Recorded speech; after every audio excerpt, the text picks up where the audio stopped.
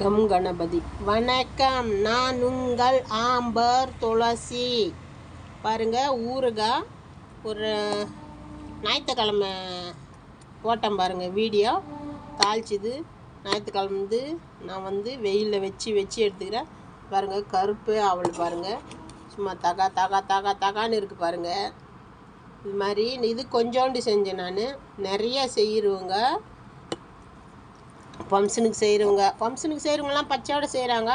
இப்போ விற்கிறாங்க பாருங்கள், அவங்கெல்லாம் என்ன பண்ணுவாங்க, இது மாதிரி மாங்காய் அறுத்து உப்பு போட்டு நல்லா தண்ணியிலிருந்து எடுத்து பாய் மேல் போட்டு காய வைக்கணும் மாங்காவை. மறுபடியும் அந்த தண்ணியிலே போடணும். மாங்காய் போட்டோம்னா தான் தண்ணி ஃபுல்லாக இஸ்தணும். தண்ணி ஃபுல்லாக இஸ்தா தான் நம்மளுக்கு இது பாரு கீழே பாருங்கள் ஒரு எண்ணெய் தான் இருக்குது. அந்த தண்ணியோடு இருந்துச்சுன்னா அப்படியே ஃபுல்லாக நிறையா தொக்கு பஜ்ஜி மாதிரி ஆகிடும்.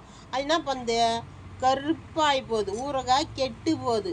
இது மாதிரி நல்லா தண்ணி சுண்டுற வரையும் நம்ம காய வச்சோம்னா இது மாதிரி கெடாமல் இருக்கும். இது மாதிரி வெயிலில் வச்சு தான் பாட்டிலில் போடணும். நான் இப்போது பாட்டிலில் போட போகிறேன். பாருங்கள், பாட்டிலில் போட்டாச்சு.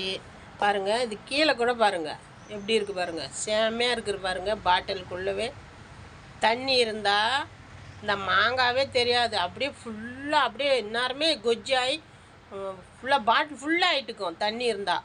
இல்லை தண்ணி இருக்கக்கூடாது. தண்ணி இல்லாமல் செஞ்சோம்னா பாட்டிலே செமையாக இருக்குது பாருங்கள். பெரிய பெரிய ஹோட்டலுங்களுக்கு அதுக்கு இதுக்கு விற்கிறவங்களுக்கு இந்த பக்குவத்தை கடைப்பிடிங்க.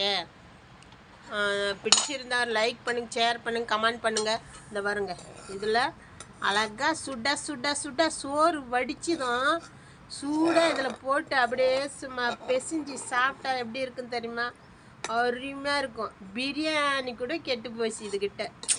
இந்த ரசத்தில் சுட சோடு வடித்து இதில் போட்டு பிசைஞ்சு சாப்பிட்டோம்னா செம டேஸ்ட்டாக இருக்கும். சரிங்க, ஒரு கமெண்ட் பண்ணுங்கள் என்ன ஏதுன்னு. நான் பார்த்துட்டு உங்களுக்கு மறுபடியும் என்ன ஏதுன்னு சொல்கிறேன். கெடாமல் இருக்கிற ஊறுகாய்னா இதை ஃபாலோ பண்ணுங்கள். பாய்.